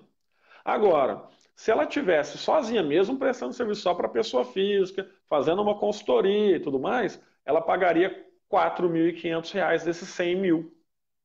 Então a diferença é considerável. Vale a pena, inclusive, né, pagar o contador. Vai pagar lá Sim. 300 reais para o contador, 400 reais no mês, mesmo que você gaste lá 4 mil reais com o contador, você ainda está tendo vantagem, está economizando mais de 10 mil. Então é o dia a dia, não tem como a gente dizer objetivamente qual é o melhor. A gente sempre precisa avaliar como é a atividade do advogado, o que, que ele faz, qual que é a renda mensal média dele e a depois apontar isso a partir da análise da pessoa jurídica e da pessoa física. Tá? Por isso que é importante ter o Perfeito. livro caixa. Eu sempre indico, ó, faz o primeiro ano de livro caixa. Ou pega o ano anterior e faz o livro caixa para ver se vale a pena constituir a pessoa jurídica ou não. Né? Então é Sim. importante. Todo planejamento ele depende de estudo, de avaliação, para ver o que é melhor. Então não dá para responder assim, né? Ó, esse é bom, esse é ruim, ou aquele que você deve escolher. Não, não funciona, acho que muito desse jeito. Tá? Tem que Com pegar aí certeza. o dia a dia. Você vai gastar ali uma semana com o contador para refazer a sua declaração de imposto de renda, a sua contabilidade a partir de um livro caixa e depois saber efetivamente o que é melhor. Tá? Elvio, temos muitas perguntas sobre cota patronal. Eu vou pular. Eu vou pedir que, gentilmente, ao longo da semana, se você puder, você vai fazendo algumas respostas. Eu também vou respondendo algumas, porque a gente Uhum. precisa passar para o próximo ponto. Já passou do teu horário. O Edson Souza ele está perguntando sobre a questão de contribuição do Acordo Internacional Brasil-Portugal. Eu respondo depois, Edson, pode ficar tranquilo. Aí depois eu vou no comentário e vou te responder também. Não hoje, amanhã, porque daqui a pouco a gente tem que dormir, amanhã cedo eu tenho julgamento cedo também, o Elvio também tem compromisso. Mas, pessoal, então essas questões de patronal eu vou pular para que a gente possa chegar num outro ponto que é extremamente Uhum. importante. Qual que é? Eu quero que o Elvio, antes de terminar a nossa live, vou convidar ele para voltar. Ele vai explicar um pouquinho melhor outros temas que estão sendo perguntados aqui, mas eu queria que você falasse um pouquinho para nós sobre o RPV e precatório. Você já deu uma excelente dica, já falou do contrato social, como é que ele tem que ser, já falou que tem que colocar na petição inicial, já falou que pede o destaque de honorários, mas o advogado chega na boca do caixa com o cliente para receber e não sabe o que fazer. Então, você podia falar um pouquinho sobre isso, Elvio? Bom, vamos lá. Vamos lá. A partir do primeiro a gente tem que entender como que vai estar lá a RPV e o precatório, tá? Se a RPV estiver só em nome do cliente, o advogado não fez o pedido de destaque dos seus honorários, todo aquele valor ele seria renda e receita do cliente, tá?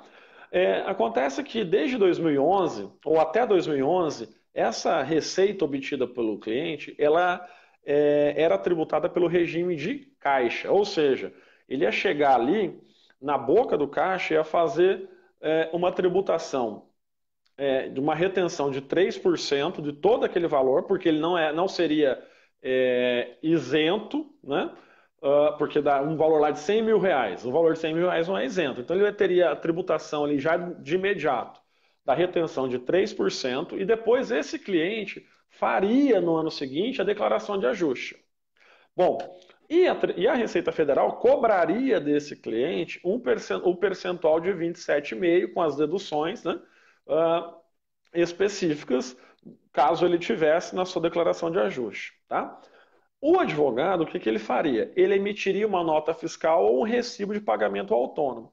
Esse valor gasto pelo cliente, ele seria abatido da base de cálculo do imposto de renda do cliente e o advogado pagaria, então, o seu imposto de renda levando em consideração o valor dos honorários.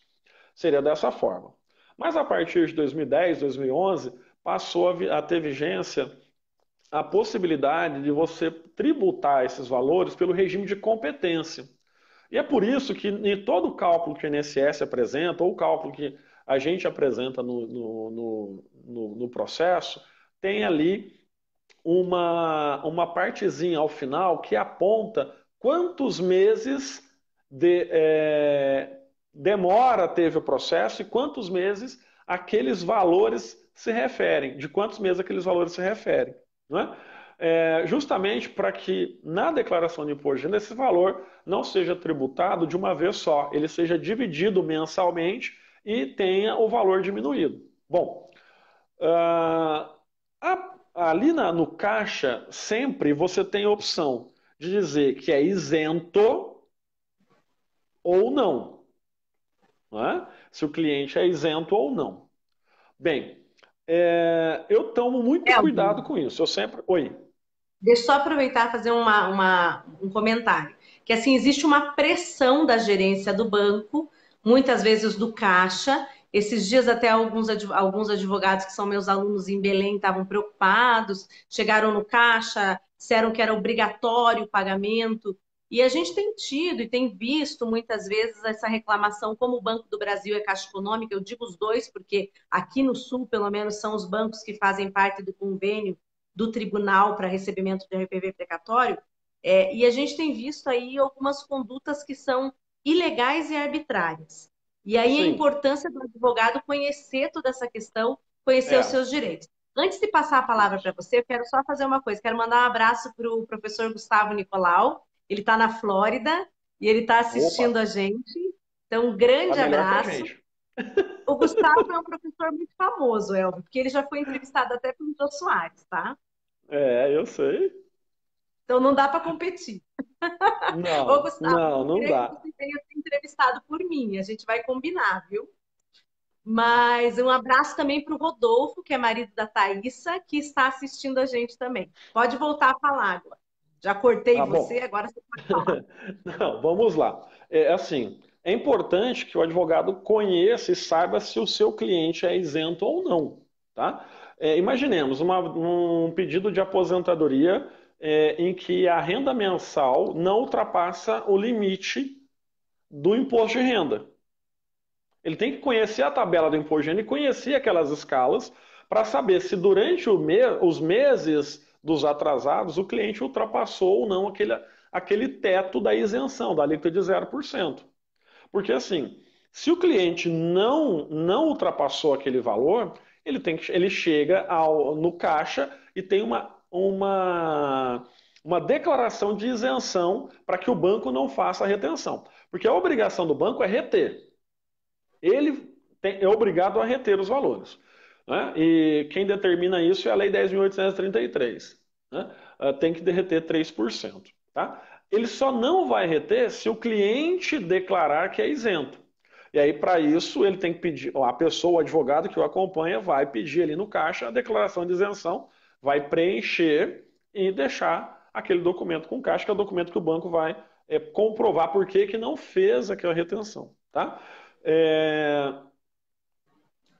Só que a importância, a problemática... você deu uma pausa para respirar, eu falo, viu? Você não pode me dar a oportunidade.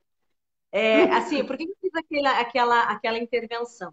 Porque é claro que é uma obrigação do caixa, né, do banco, de fazer a retenção. O problema é que muitas vezes o advogado está um pouco mais desavisado, ele chega ali, ele fala, não quero, eu vou fazer esse acerto na declaração de ajuste anual.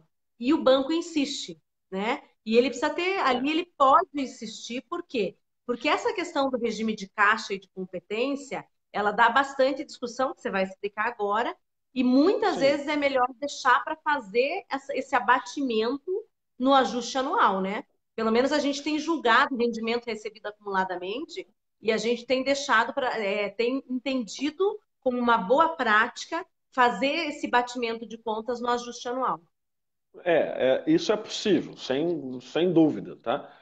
Mas assim, eu sempre tomo cuidado de observar nos meus clientes se durante o mês, né, se durante ali os meses, ele teve ou não ultrapassagem da alíquota de 0% para 7,5%. Não quer dizer que ele só vai deixar de fazer retenção nessas hipóteses. Como você bem colocou lá no CARF, vocês têm autorizado, né, ou desautorizado essa obrigação de retenção, porque você vai fazer a declaração de ajuste e muitas vezes o que acontece? A pessoa tem valores a restituir ainda, né?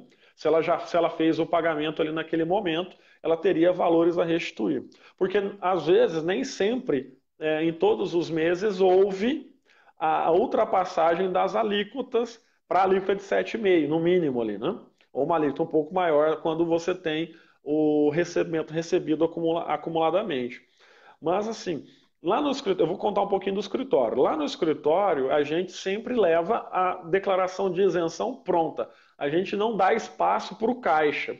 A gente pegou lá um modelinho no banco e aí já leva, monta um kit, né, para o cliente com aquele documento lá do processo, onde tem a informação do recebimento, do número da conta e tudo mais, RG, CPF, comprovante de residência e a declaração que já vai pronta do escritório, para não ter a retenção. E aí o caixa já nem reclama muito. Está aqui, ó, o documento da isenção que ele opta por lançar a tributação no momento oportuno da declaração de ajuste. Nesse momento ele não tem retenção. Então, que é importante não chegar para bater boca lá no caixa. Já leva Sim, pronto. Né? e já ir Não com sei o que, uma não, tá posição aqui, ó. Já, firme, né? já vai firme, lá, Quando meu cliente conhece vai o fazer assim. direito, quando conhece o direito, Exatamente. você começa a ter É. mais facilidade de chegar com uma posição firme. Elvio, para encerrar, Exatamente. a gente tem a pergunta do Ah, Felipe Martins, tá? Quero aproveitar e mandar um abraço para o Luciano Calduro, que foi o meu aluno já, no primeiros cursos que eu dava pela Previcalc do Mário Kendi. Quero aproveitar também e mandar um abração para a Andréia, que é minha assistente do escritório, e eu estou morrendo de saudade dela, e eu estou 2 semanas sem aparecer por lá. E ela estava por aqui, então mandar um abração. Olha só a pergunta do Felipe Martins, Elvio. Mas no caso do hum. RPV, deveria ser tributado conforme o valor das parcelas diferidas? É uma pergunta. Mas aí, vamos entender, tá? Para o nosso cliente, funciona dessa forma, tá? Para o cliente, funciona dessa forma. Ele vai, para o cliente, regime de competência. Para o advogado, não. Para o advogado é regime de caixa. Né? Sim. Então, assim, eu atendi, inclusive, no ano passado, no final do ano passado, uma advogada com esse problema. Né? Ela lançou no imposto de renda dela como se tivesse também recebendo os honorários conforme o regime de competência. Mês a mês, como se o processo tivesse demorado 6, 7 anos, como se ela estivesse recebendo 30% a cada mês durante esses 6 anos. Só que para o advogado não, para o advogado é regime de competência. E aí, quando você faz o destaque dos honorários, não tem escapatório. O advogado não vai ter aquela condiçãozinha de apresentar isenção. Nos honorários, não vai ter jeito. Vai ter que tributar o valor total. Né? Na verdade, ali na hora do caixa, vai reter 3% e depois ele vai levar ao ajuste. Né? Então, assim, Você a sabe por que que eu estou RPV. rindo? Eu estou Ah, rindo porque o primeiro julgado da Câmara Superior desse tema é meu. E eu Então, eu tenho um sentimento de tristeza quando isso acontece. Só que, Então, infelizmente, a regra é muito clara, né? A regra é é, clara, Arnaldo, como eu diria. Então, Arnaldo, nesse como diria caso, Arnaldo, sim. a Porque, regra é assim, clara. nós, como prestadores de serviço, nós estamos recebendo. É muito parecido com a questão do ganho patrimonial, quando eu tenho, Uhum, por exemplo, a venda de imóvel. E eu vendo um exatamente. imóvel parcelado e vou receber daqui 5 anos depois do período da decadência. E aí o fato gerador vai ser a data em que houve alienação, independente do Sim, parcelamento. Porque senão eu teria exatamente. uma possibilidade de fraudar a receita, Uhum. né? Aqui não tem escapatória, né? O Felipe, não tem jeito, né? Honorário é regime de competência e não de caixa, Sim, tá? Então tem que na data, aí que é o grande X da questão, Ana. Olha só, se você está como pessoa física, advogado gosta de alvará mesmo, né? Não gosta de outra coisa, gosta de alvará, né? Então ele como pessoa física, sai um alvará de R$ 500, ele vai lá e pimba, saca, né? Qual que é o problema disso? Ele tem que lançar aí sua tributação do imposto de renda, vai ser isento. Só que é o seguinte, ele vai ter que obrigatoriamente lançar na tributação da contribuição social. E aí é o seguinte, ele ganhou só R$ 500. Ele teria que pagar 20% dos 500 e depois 20% para complementar o salário mínimo, senão não entra na carência e no tempo de serviço. Então, sim. quando é pessoa física, ainda tem essa questão, ele tem que se organizar para que vá e faça por poucas vezes no ano o saque dos alvarás. A cada 3 meses, por exemplo, 2, 3 meses. Não pegue todo mês qualquer valor de alvará para sacar, porque vai ter problema, vai ter uma tributação ainda maior. Ele não vai ter, Essa é ele vai ter que gerir esse tributo, né? Porque Tem ele que vai pagar o gerir imposto de... também a entrada desse dinheiro, né? Exatamente, exatamente. Então, assim, e já na pessoa jurídica, a situação muda um pouco de forma, né? Então, ele pode a qualquer momento ir lá buscar o dinheiro, porque a tributação vai ser idêntica e vai ter só, no simples, vai ter os 4,5 até os R$ 180 mil. Então, vai ser só isso. E aí, se ele tiver Prolabore, ele então vai pagar no Prolabore todos os meses. Aí já não teria como fazer diferente, né? Mas ele vai ter que tomar esse cuidado, né? Tem que tomar esse cuidado Com certeza. para evitar aí Elvi, deixa eu pagamentos a mais. aproveitar e mandar um abraço para Marli Marçal, que é a nossa coordenadora do IEPREV em Goiânia, para Marinês, que é Uhum, minha amiga aqui de Curitiba, e dizer, uhum, Elvio, que eu quero dividir uhum. contigo a minha felicidade esse final de semana em Gramado, porque eu fui no evento, né, o evento do IBDP, eu fui Ah, representar o IEPREV, e eu não conseguia dar 5 passos sem que alguém me parasse para dizer do sucesso das lives. Então, eu quero que agradecer maravilha. a todas as pessoas que estão nos assistindo. Essa live ela não teria sucesso nenhum se não fossem vocês. Então, as pessoas que comentam, que curtem, que ajudam compartilhando. Até eu vou aproveitar esse momento para dizer: olha, quem gostou, quem aproveitou tudo isso que a gente conversou com o professor Elvio, por favor, compartilha. Compartilha na sua Uhum. página, na página de um amigo ou num grupo. O importante é que a gente possa dividir quanto mais essas informações para evitar essas autuações que custam tão caro na vida de um advogado, né, E, Elvio? Eu e me como, lembro e como? quando o Anderson começou até não é nenhuma questão de advocacia, mas é uma questão de medicina, né? Quando o Ander pegou e começou a trabalhar em 2 empregos diferentes, eu não tomei esse cuidado de fazer o abatimento e tirar no carnê-leão todo mês. Quando chegou no Uhum. ano seguinte, que a gente foi fazer a declaração, eu quase morri. Por quê? Porque a gente tinha que pagar ali. A primeira parcela ela tem que ser à vista na data que você À entrega a vista. declaração, no máximo em 8 parcelas, e aquilo fica um preço exorbitante. Por quê? Porque quando eu trabalho para 2 lugares diferentes, primeiro, se eu saio de uma alíquota e vou para outra, eu já tenho essa situação. Mas eu tenho um outro problema. Se os 2 empregos são com alíquota maior, mas eu estou, pela questão do imposto retido na fonte, recebendo 2 vezes a isenção. E aí eu tenho que devolver aquela isenção de todos os meses quando vou fazer a declaração de ajuste anual. E vamos marcar, Elvio, uma Hum. live só para falar sobre isso. Combinado? Vamos. Combinadíssimo, Vamos combinadíssimo. ensinar a Tá? usar a declaração de ajuste, vamos mostrar para eles os campos, como que eu declaro moléstia Vamos. grave, como que eu faço isenção daquele abatimento para quem é aposentado com mais de 65 anos. Acho que vai ser Sim, muito bacana, né?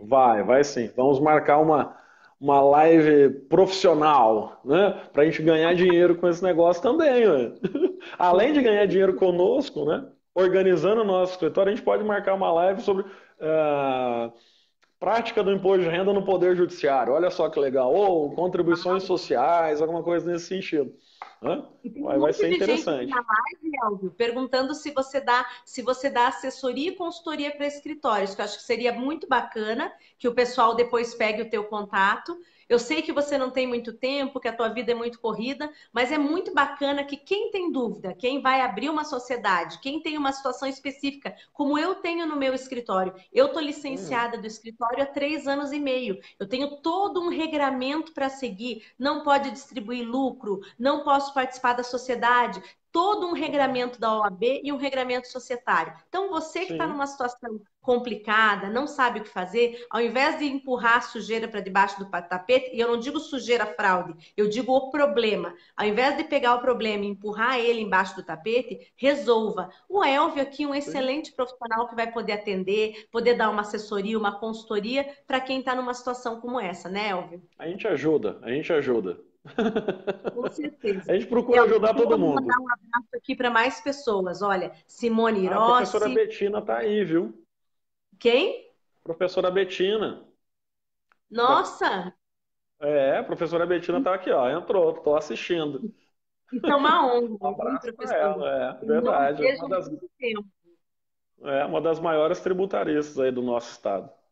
Com certeza, um grande abraço. Eu me sinto muito honrada, né, da sua, como se diz, audiência conosco aqui. Seria um prazer enorme se ela me desse a honra de poder entrevistá-la, né? Que com certeza traria para nós muitos apontamentos necessários.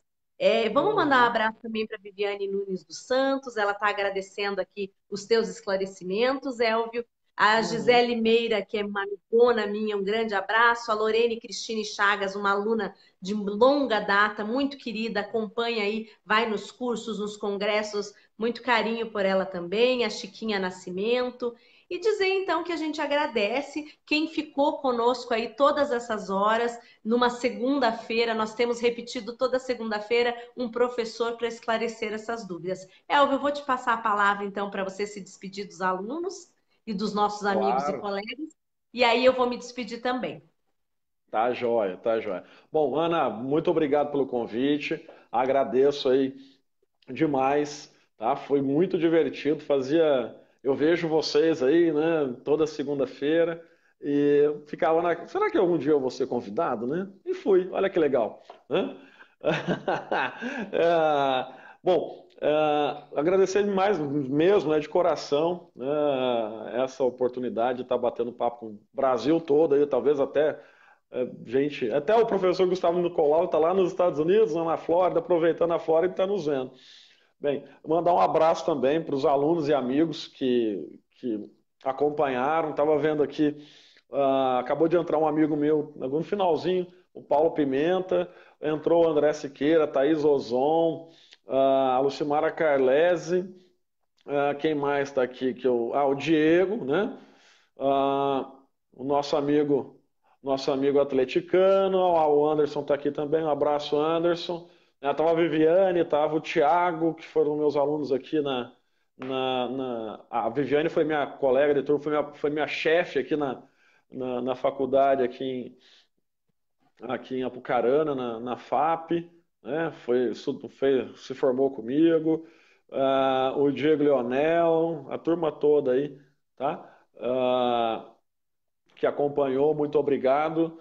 E estamos à disposição para uma próxima, tá? Sempre à disposição, para quando quiserem. Tá joia? Elvio, você tinha dúvida de que eu ia te chamar? Claro que não, né? É, de vez em quando, né? A gente está ali, né? Olhando, olhando, fazendo uma forcinha. Imagina, você é um amigo querido e Puxa. além de ser um amigo querido, é uma pessoa super competente. Já te falei que agora eu estou coordenando a Unicuritiba, né? Então eu tenho um prazer enorme em ter assumido a coordenação da Unicuritiba. E ano que vem, assim que montar a grade nova, eu quero encaixar você para os alunos terem o prazer de aprender essa questão toda aí que você dá tão bem essa aula. Eu acho que é Uhum. extremamente importante para que as pessoas também aprendam a lidar com essa questão, né? É importante saber como é que É funciona a importante. tributação. Não adianta fugir.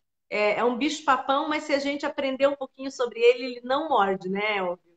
Não, não morde. E aí depois acostuma, né? Acostuma. Fica tranquilo. É só, parece ser um grande bicho-papão só no começo, mas depois a gente se adapta a ele e a coisa começa a fluir normalmente dentro do escritório. Tá? Ai, que ótimo. Então, ó, e a Chiquinha está perguntando quando teremos o Diego Leonel. Em breve. O Diego, nem sei se ele sabe, mas ele já está na minha lista. Eu tenho uma lista aí de aproximadamente uns 20 professores, até a gente chegar no final do ano. E o Diego, nem sei se ele sabe, mas ele já está nessa lista. Então, ele que me aguarde, que em breve aí nós vamos marcar a data, né? A segunda-feira que a gente vai realizar a live com ele também, Chiquinha. Pode ficar tranquila. Daniele Nascimento, só para constar. A Dani não dormiu na sua explanação do Congresso, Elvio. Seu conhecimento passa por osmose. Fera. Ah, Dani, fui falar lá de terceiro setor, Congresso de da Advocacia Empresarial Previdenciária, lá capitaneado pelo pelo Teodoro Agostinho, pelo Marcos Viquese, em São Eu fiquei por Paulo. último. Eu achei Você que o ficou por pessoal ia. último, né? Eu pensei que o pessoal ia embora. Graças a Deus não foram. Eles ficaram ouvindo eu falar de FAP. Olha o tema, né? É, nossa, FAP, então, PNL. e o meu, né? O meu tema foi terceiro setor, SEBAS, né? Uma coisa complicada, mas assim, o pessoal ficou antenado ali. Mas eu aproveitei, eu estava aprendendo. Sempre que você fala de terceiro setor, me interessa, porque é um tema que eu não domino muito. Embora às vezes eu julgue Sebas aqui, o que eu julgo é uma questão muito rasa. Eu julgo quase que exclusivamente o fato de ter ou não o Sebas. Então eu ainda não, nós Uhum. ainda não julgamos coisas mais profundas. Então eu gosto muito, eu curto muito o que eu vi quando você fala desse tema, é uma possibilidade também para uma próxima live. E eu vou registrar antes da Aguardo. gente terminar um abraço para minha Uhum. sócia, Gisele Canton, que também é Ah, especialista nessa questão de empresarial previdenciário, trabalha muito com FAP, gestão de afastados, folha, consultoria de folha, trabalhou muitos anos em grandes consultorias, então abração para ela também. É óbvio, temos que tá. nos despedir. Deixa eu mandar um abraço agora. Acabou de entrar. Meu pai. Oi, pai. Um abraço, tá? Beijo, te amo. Então eu vou mandar abraço para o seu pai também. Como que é o nome dele? Dorival. Seu Dorival, quero dizer para o senhor que se o senhor tiver com saudade do Elvio, quando a gente encerrar, vai ficar disponível. E depois o senhor pode assistir inteirinho todos os aconselhamentos que o Elvio deu para os advogados e colegas aí de outras profissões liberais também. Tá bom? Então, um grande Tá, abraço, Joana. pessoal. Beijo, um Até a abraço. próxima segunda. A próxima segunda, graças a Deus, eu estou em casa, é tudo mais tranquilo. Vocês viram que eu comecei a live me coçando aqui, né? Eu chego em Brasília, o primeiro dia para mim é um dia horrível, porque me ataca a alergia. Eu tive pneumonia aqui no primeiro ano que eu comecei a trabalhar em Brasília, Elvio. Então, toda Nossa. vez que eu venho para Brasília, o primeiro e o segundo dia são terríveis. Quando o meu organismo começa a acostumar, está na hora de eu ir A embora para rotina. Curitiba. Então, A acho que eu não vou rinite me acostumar agradece. nunca. Exatamente. Então, A um rinite abraço para agradece. todos. A Renite Abraço. agradece, isso mesmo. Um abraço para todos de coração. Agradeço mesmo todo esse carinho que eu tenho recebido. Cartas, e-mails, mensagem no Instagram, mensagem no Facebook. Tudo isso é um sinal de que a gente está fazendo um trabalho que está sendo bem recebido pelos amigos, pelos colegas. É um trabalho que não tem intuito financeiro nenhum, né, Elvio? Embora a gente É fale aqui de verdade. todos os eventos, o meu espaço é um espaço democrático. Então, todas as pessoas que falam, Ana, fala do meu curso, fala do meu evento, eu estou Ah, sempre aqui disponibilizando possibilidade, o canal, para que seja tratado. E o IEPREV tem, por natureza, ser um instituto democrático. né? O Roberto É. sempre permite que a gente fale de todos os eventos, que a gente dê valor para outras atuações além da nossa. E eu vou aproveitar para terminar hoje, mandando um grande abraço para o meu marido. Nós estamos aí numa correria nesse último mês e ele já escreveu Uhul em casa, né? Em Tipo, casa. daqui só chego em casa agora sexta-feira à noite. Mas chego, né? Se Deus quiser. É, Então, um grande é. abraço para todos. Elvio, querido, obrigada pela sua atenção, pelo Eu que seu agradeço. tempo e vamos marcar outra em breve, certo? Vamos sim. Vamos sim. Tá Então joia. tá ótimo. Um Um beijo para abraço, todos, gente. boa Beijo. noite. Até semana que vem. Um beijão.